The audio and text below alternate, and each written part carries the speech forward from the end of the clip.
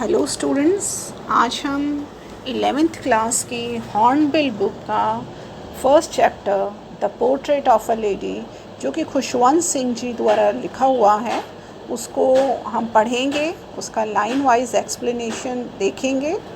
तो ये जो स्टोरी है, ये खुशवंत जी जो कि एक रिनाउंड राइटर रहे, उनके द्वारा लिखी हुई है। इस स्टोरी में उन्होंने human relationships in a joint family को डिस्क्राइब किया है कि ह्यूमंस के जो रिलेशनशिप हैं जॉइंट फैमिली में कैसे रिलेशंस होते हैं, उस चीज़ को उन्होंने इसमें पैन पोर्ट्रे किया है। सबसे पहले हम देखते हैं चैप्टर का title the portrait of a lady. Portrait का मतलब होता है पिक्चर ड्रॉ करना। तो यहाँ पर कौन सी पिक्चर ड्रॉ हो रही है? खुशवंत सिंह इसमें ये एक ऑटोबायोग्राफी है।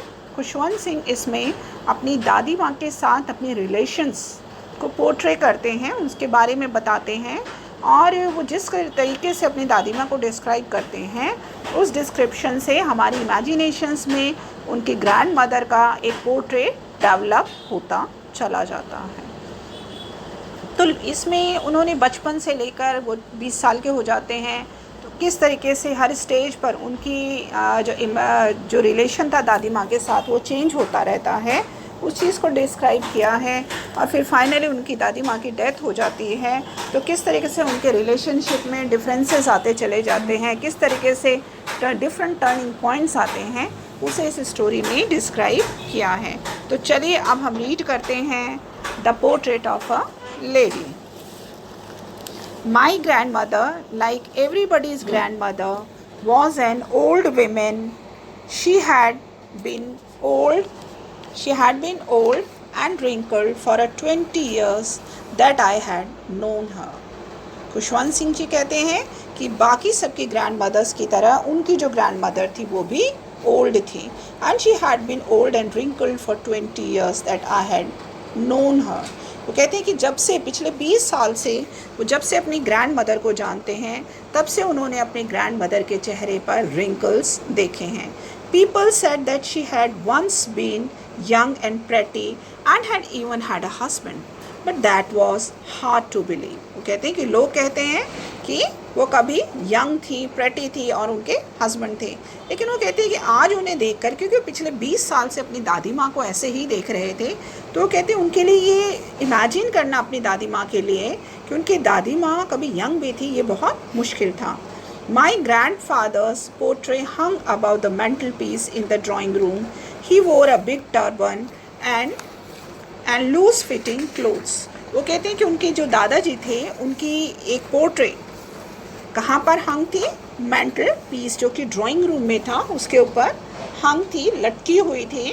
और मेंटल पीस होता है सेल्फ हुआ करता था पहले टाइम में। पहले जो पुराने टाइप के जो घर हुआ करते थे, पहले अक्सर मेंटल पीस हुआ करते थे, जहाँ अंगीठी के ऊपर एक जगह बना दी जाती थी, जिसके ऊपर किसी भी बड़े बुजुर्ग का घर में पिक्चर टांग दी जाती थी।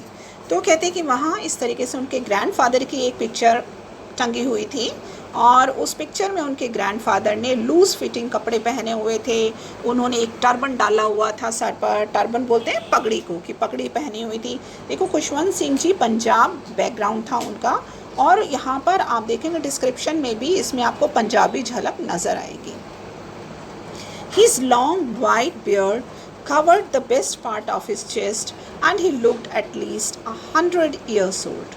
और उनके ग्रैंडफादर के पोर्ट्रेट में उनके ग्रैंडफादर कैसे दिखते थे, उनका डिस्क्रिप्शन यहाँ दिया है कि हिज लॉन्ग, कि उनकी लंबी सफ़ेद दाढ़ी थी जो उनके चेस्ट तक लटकी हुई थी, and he looked at least 100 years old. और वो अपने पोर्ट्रेट में कैसे लगते थे? जैसे कि वो 100 साल बूढ़े हैं. He did not look the sort of person who would have a wife or children. और देखने पर ऐसा कोई जज कर ही नहीं सकता था कि उनकी कोई पत्नी या बच्चे भी होंगे. He looked as if he could only have lots and lots of grandchildren. कैसा लगता था कि उनके सिर्फ बहुत सारे grandchildren होंगे. As for my grandmother, being young and pretty, the thought was almost revolting. She often told us of the games she used to play as a child that seemed quite absurd and undignified on her part, and we tried it like the fables of the prophets she used to tell us. कि उनकी grand mother, Khushwant Singh कहते हैं कि grand mother को देखकर उन्हें ये यकीन करना मुश्किल हो जाता था कि उनकी ग्रैंड मदर कभी यंग भी थी, कि वो कहते हैं कि ये थॉट बिल्कुल रिवोल्टिंग था, बिल्कुल डिस्गस्टिंग था, कि वो इसे यकीन कर ही नहीं सकते थे। और ये मानना कि वो भी कभी अपने बचपन में बाकी बच्चों की तरह खेलती थी, ये सोचना वो उनकी आज की पिक्चर को देखकर, उनके आज का जो उनका प्रेजेंट में जो उनकी प्रेजेंटेशन थी उसको देखकर बहुत मुश्किल था। और वो कहते हैं कि सब कुछ सुनने में ऐसा लगता था जैसे कोई फेबल्स हैं। फेबल्स क्या होते हैं? फेबल्स होते हैं फिक्शियस स्टोरी, जैसे कोई बनावटी कहानी है कि दादी माँ यंग थी, दादी माँ भी बच्चों की तरह खेलती थी। तो ये सब ऐसा लगता है जैसे कोई प्रॉफिट्स की सुनाई हुई कहानी। She had always been short and fat and slightly bent. अब देखिए यहाँ ग्रैंड मदर का डिस्क्रिप्शन दिया है, दैट शी हैड, उनके फिजिक को डिस्क्राइब किया है कि कैसी थी वो, छोटे कद की थी, थोड़ी मोटी थी, थोड़ा झुका हुआ उनका शरीर था। Her face was a criss cross of wrinkles running from everywhere to everywhere. कि उनके चेहरे पर क्या थी? झुर्रियाँ थी, उनके पूरे चेहरे पर झुर्रियाँ थी। और no we were certain she had always been as we had known her, old, so terribly old that she could not have grown older। वो कहते इतनी बूढ़ी उन्होंने अपनी दादी माँ को देखा कि उससे ज़्यादा वो बूढ़ी हो ही नहीं सकती, ऐसा वो इमेजिन भी नहीं कर सकते। And had stayed at the same age for 20 years। Khushwant Singh ji कहते हैं कि ऐसा लगता है जैसे पिछले 20 सालों से वो बिल्कुल ऐसी ही हैं, उनमें कोई बदलाव नहीं हुआ, यानी वो इससे ज़्यादा बूढ़ी और नहीं हो सकती। She could never have been pretty, but she was always beautiful. She hobbled about the house in spotless white, with one hand resting on her waist, on to balance her stool, and to other telling the beads of her rosary। वो कहते हैं कि घर में वो हॉबल करती, हॉबल करना माने कि वो कुछ लंगड़ा कर चलती थी, पूरे घर में वो घूमती थी। और किस तरह की ड्रेस डालती थी? वो सफ़ेद कपड़े पहना करती थी, और अपने बॉडी को वो बैलेंस करके चलने के लिए क्या करती थी? एक हाथ को वो कहाँ रखती थी? कमर पर रखती थी, और एक हाथ में उनकी हमेशा रोज़री होती थी। रोज़री क्या होती है? माला, जिसमें मोती होते हैं, तो मोतियों को घुमाती रहती थी, beads of rosary. Her silver locks were scattered untidy over her pale puckered face and her lips constantly moved in audible prayer। कि उनके जो बाल, सिल्वर लॉक्स किसके लिए कहा है? यहाँ सफ़ेद उलझी हुई लटें उनके चेहरे पर बिखरी रहती थी। पक्कड़ फेस यानी उनके रिंकल्ड चेहरे पर यहाँ वहाँ उलझे हुए सफ़ेद लटें दिखाई देती थी। और उनके जो लिप्स थे, उनके जो होंठ थे, वो कॉन्स्टेंटली इनऑडिबल प्रेयर्स करते रहते। इनऑडिबल्स मीन्स प्रेयर करते थे लेकिन उनकी प्रेयर्स सुनाई नहीं देती थी। Yes she was beautiful, she was like the winter landscape in the mountains. कि हाँ, दादी माँ सुंदर थी, बिल्कुल उतनी ही सुंदर जैसे पहाड़, बर्फ से ढके हुए पहाड़। An expanse of pure white serenity breathing peace and contentment. बिल्कुल शांत, जैसे सफ़ेद बर्फ़ से ढकी हुई चादर जो पहाड़ों को ढक देती है, जो बिल्कुल काम होती है, पीसफुल होती है, बिल्कुल वैसे ही काम, प्योर, पायस एंड सेरीन कौन थी? दादी माँ। My grand mother and I were good friends. वो कहते कि मैं और मेरी ग्रैंड मदर, हम दोनों बहुत अच्छे दोस्त थे। My parents left me with her when they went to live in the city and we were constantly together.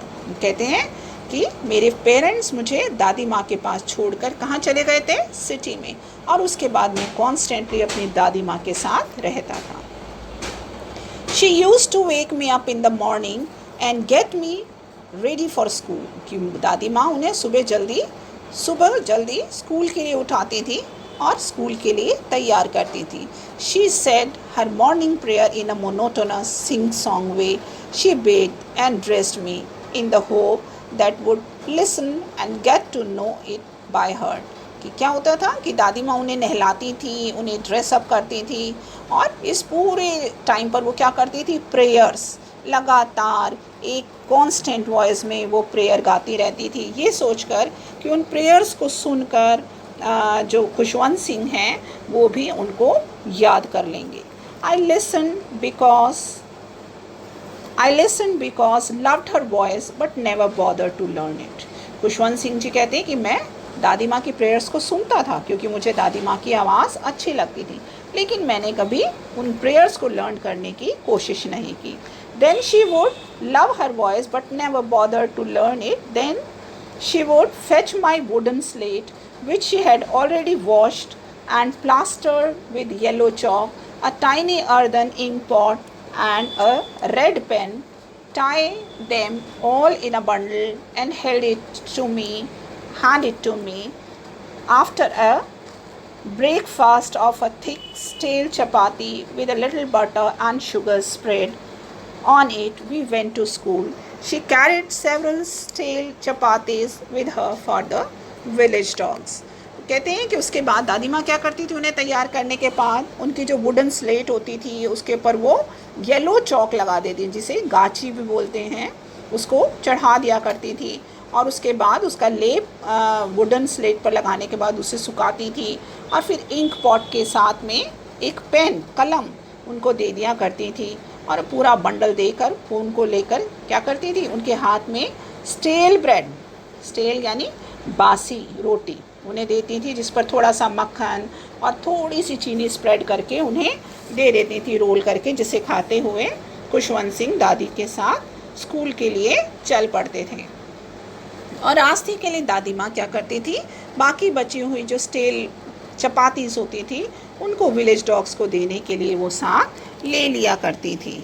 My grandmother always went to school with me because the school was attach to the temple.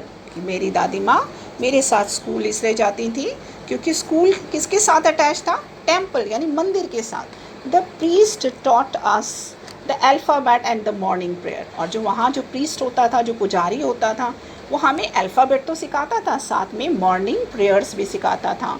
While the children sat in rows on either side of the veranda singing the alphabets or the prayer in a chorus, my grandmother sat inside reading the scriptures.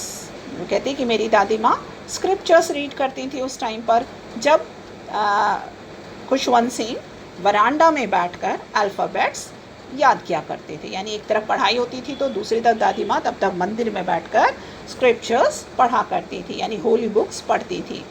When we had both finished, we would walk back together. और जब हम दोनों, जैसे दादी माँ अपनी books की reading करना बंद कर देती थी और खुशवंत सिंह की जब क्लास ओवर हो जाती थी तो दोनों घर के लिए वापस चल पड़ते थे. This time the village dogs would meet us at the temple door. और जब वो वापस जाते थे तो उन्हें विलेज के यानी गांव के जो डॉग्स थे, जो स्ट्रे डॉग्स थे, वो मिला करते थे रास्ते पर. और क्या होता था फिर, they followed us to our home growling and fighting with each other for the chapati we threw to them. किस लिए, ताकि दादी माँ जो चपाती लाती थी वो उनको डालती थी तो वो लड़ते झगड़ते दादी माँ से चपाती लेने के लिए उनके पीछे पीछे चल पड़ते थे. When my parents were comfortably settled in the city, they sent for us. कि जब मेरे पेरेंट्स सिटी में अच्छे से सेटल हो गए तो उन्होंने मुझे बुलाने के लिए भेज दिया. That was a turning point on our friendship. Khushwant Singh कहते हैं कि ये दादी माँ और उनकी फ्रेंडशिप के बीच में एक बहुत बड़ा टर्निंग पॉइंट आया था, एक बहुत बड़ा मोड़ आया था. Although we shared the same room, my grandmother no longer came to school with me. कि जबकि मैं और दादी माँ एक ही कमरे में रहते थे क्योंकि उनके पेरेंट्स ने उन्हें शहर बुला लिया था. खुशवंत सिंह और दादी माँ दोनों ही अब गांव से शहर आ गए थे.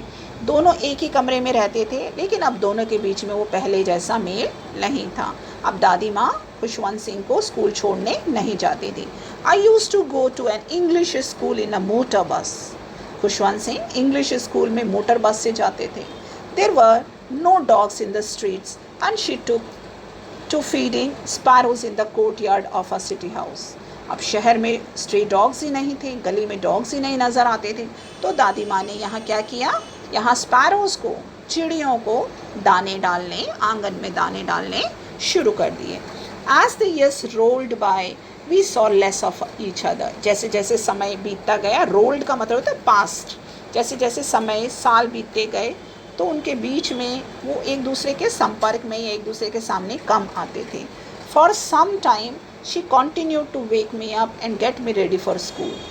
काफ़ी टाइम तक तो दादी माँ उन्हें वैसे ही उठाती थी और उन्हें स्कूल के लिए तैयार करती थी. When I came back she would ask me what the teacher had taught me. कि जब मैं स्कूल से वापस आता था तो वो पूछती थी कि मुझे टीचर ने क्या पढ़ाया. I would tell her English words and little things of western science and learning. और मैं दादी माँ को क्या बताता था, कुछ इंग्लिश के नए शब्द और वेस्टर्न साइंस यानी साइंस में उनको जो पढ़ाया जाता था वो चीज़ें बताता था. The law of gravity, Archimedes principal, the world being round etcetera. वो ग्रेविटी के लॉ के बारे में, आर्किमिडीज के सिद्धांत के बारे में, और ये कि दुनिया गोल है, ये सब चीज़ें मैं दादी को बताता था. This made her unhappy. और ये सब सुनकर दादी माँ उदास हो जाती थी. She could not help me with my lessons. और वो मुझे इन पार्ट को समझने में मदद नहीं कर पाती थी. She did not believe in the things they taught at the English school and was distressed that there was no teaching about God and the scriptures. और दादी माँ ये देख कर कि इंग्लिश के स्कूलों में जो पढ़ाया जाता है, दादी माँ डिस्ट्रेस हो जाती थी, दुखी हो जाती थी, पेनफुल हो जाती थी. उनको ये सब कुछ पढ़ाया जाना अच्छा नहीं लगता था. वो तो ये चाहती थी कि बच्चों को क्या पढ़ाया जाए, गॉड्स एंड स्क्रिप्चर्स के बारे में. One day I announce that we were being given music lessons. एक दिन मैंने दादी माँ को बताया कि हमें म्यूज़िक सिखाया जा रहा है. She was very disturb. To her music had lewd association. It was the monopoly of harlots and the beggars, and not meant for gentle folk. She said nothing, but her silence meant disapproval. She rarely talked to me after that. दादी माँ को जब ये पता चला कि अब music सिखाया जाता तो दादी माँ बहुत परेशान हो गई, क्योंकि दादी माँ ये सोचती थी कि music indecent, lewd means indecent association दादी माँ लगाती थी कि ये अच्छे लोगों का या भले लोग म्यूज़िक नहीं सीखते. तो ये मानती थी कि ये उन लोगों के लिए है जो बैगर्स हैं या जो हार्लॉट्स हैं, जो प्रोस्टिट्यूट्स हैं, उनके लिए है. जो भले लोग हैं, जेंटल फोक हैं, उनके लिए म्यूज़िक नहीं है. और दादी माँ को ये चीज़ें पसंद नहीं आती और बिल्कुल शांत हो जाती हैं. She really talked me after that. और उसके बाद तो दादी माँ ने जैसे उनसे बोलना ही कम कर दिया. When I went up to university, I was given a room of my own. कि अब खुशवंत सिंह और बड़े हो गए और अब वो यूनिवर्सिटी में जाने लगे. और जब खुशवंत सिंह यूनिवर्सिटी जाने लगे तो उनके पेरेंट्स ने उनको अब दादी माँ से अलग एक अपना कमरा दे दिया. The common link of friendship was snapped. My grandmother accepted her seclusion with resignation. दोनों ग्रैंड मदर और ग्रैंड सन के बीच में जो एक रिलेशनशिप था वो क्या हुआ, एक अलग कमरा मिलने से वो स्नैप हो गया, टूट गया, ब्रेक हो गया. और दादी माँ ने धीरे धीरे सेक्लूजन को एक्सेप्ट कर लिया. सेक्लूजन मीन्स लोनलीनेस को उन्होंने धीरे धीरे एक्सेप्ट कर लिया. She rarely left her spinning wheel to talk to anyone. और अब दादी माँ ने अपना सहारा किसे बना लिया, स्पिनिंग व्हील को. स्पिनिंग व्हील किसे बोलते हैं, चरखा, चरखे को. वो चरखे से बातें करती थी. From sunset sunrise to sunset she sat by her wheel spinning and reciting prayers. Sunrise से लेकर यानी सूरज के निकलने से लेकर सनसेट तक दादी माँ अपनी स्पिनिंग व्हील पर बैठकर अपनी प्रेयर्स रिसाइट करती थी. Only in the afternoon she relax for a while to feed the sparrows. केवल दोपहर में कुछ समय के लिए वो रिलैक्स करती थी. और उस समय वो क्या करती थी, वो स्पैरोज को दाने डालती थी, फीड करती थी. While hundreds of little birds collected round her creating a veritable bedlam of chirping. और जब दादी माँ उन्हें ब्रेड्स के छोटे छोटे टुकड़े करके वरांडा में डालती थी तो क्या होता था, हंड्रेड्स ऑफ बर्ड्स वहाँ आ जाती थी और वो veritable bedlam of chirp produce करती थी. वेरिटेबल बेडलम ऑफ चिरप का मतलब क्या होता है, यानी शोरगुल. बिल्कुल जैसा पागल खाने में शोरगुल होता है उसी तरीके का शोरगुल. खूब सारी चिड़ियाँ इकट्ठी होकर चहचहाती थी और बहुत शोर होता था. Some came and perched on her leg. कुछ चिड़ियाँ तो आकर दादी माँ के पैरों पर बैठ जाती थी. others on her shoulders, और कुछ उनके कंधों पर. Some even sat on her head. She smiled but never shooed them away. और कुछ तो दादी माँ के सर पर बैठ जाती थी. दादी माँ मुस्कुराती थी और वो कभी उन्हें शू नहीं करती थी. शू करना यानी ड्रोव अवे, यानी उन्हें कभी भगाती नहीं थी. It used to be the happiest half hour of the day for her. और यही उनके लिए पूरे दिन भर का वो आधा घंटा उनके लिए सबसे खुशी देने वाला घंटा होता था. When I decided to go abroad for further studies, I was sure my grandmother would be upset. कि अब जो खुशवंत सिंह थे, अब उन्हें विदेश पढ़ने जाना था. उन्हें पूरा यकीन था कि उनकी दादी माँ अब उनसे बहुत नाराज़ हो जाएंगी. I would be away for 5 years and at her age one could never tell. वो जानते थे कि उन्हें अब दादी माँ से 5 साल तक अलग रहना होगा और वो नहीं चाहते थे कि वो इस एज में दादी माँ को ये बात बताएं. But my grandmother could. She was not even sentimental. वो कहते हैं लेकिन उनकी दादी माँ तो सेंटिमेंटल थी ही नहीं, इमोशनल नहीं थी. She came to leave me at the railway station but did not talk or show any emotion. उनकी दादी माँ उनको रेलवे स्टेशन तक विदा करने आती हैं और कोई इमोशंस नहीं शो करती. Her lips moved in prayer. Her mind was lost in prayer. Her fingers were busy telling the beads of her rosary. और वो क्या करती हैं? वो उनका जो मन था वो अपनी प्रेयर्स में, पूजा पाठ में व्यस्त था और उनकी जो फिंगर्स थी, उनकी जो उंगलियां थी, वो रोजरी की बीड्स को रोटेट करने में व्यस्त थी. Silently she kissed my forehead and when I left I cherished the moist imprint as perhaps the last sign of physical contact between us. दादी माँ ने जब ग्रैंडसन वहाँ से चलने लगे खुशवंत सिंह, तो उनके माथे को चूमा और उन अपनी दादी माँ के उन इम्प्रिंट्स को, यानी वो जो इम्प्रेशन था, वो जो वेट इम्प्रेशन था किस का, उसे जैसे उन्होंने अपनी लाइफ में कहीं संजो लिया. But that was not so. After 5 years I came back home and was met by her at the station. लेकिन 5 साल बाद जब मैं वापस आया तो वो खुशवंत सिंह जी अपनी दादी माँ से स्टेशन पर मिलते हैं. She did not look a day older. आज भी वो एक दिन भी और बूढ़ी नहीं लग रही थी. She still had no time for words, and while she clasped me in her arms, I could hear her reciting her prayers. कि जब उन्होंने दादी माँ ने उनको अपनी बाहों में एम्ब्रेस किया, हग किया, तब भी वो अपनी प्रेयर्स रिसाइट कर रही थी. Even on the first day of my arrival, her happiest moments were with her sparrows, whom she fed longer and with frivolous rebuke. कि आज जब वो इतने दिनों के बाद वापस आए, तब भी दादी माँ का जो सबसे हैप्पीएस्ट मोमेंट था वो वही था जो समय वो उन्होंने अपनी बर्ड्स के साथ बिताया, उनको फीड करते हुए बिताया. In the evening a change came over हर. शाम होते होते दादी माँ में चेंजेस नज़र आने लगे. She did not pray. और दादी माँ ने उस दिन प्रेयर नहीं की थी. She collected the women of the neighbourhood, got an old drum and started to sing. उन्होंने पड़ोस की औरतों को इकट्ठा किया और एक पुराना ड्रम ले आई और उसे बजाकर वो गाने लगी. She for several hours she thumbed the sagging skin of the dilapidated drum and sang of the home coming of warriors.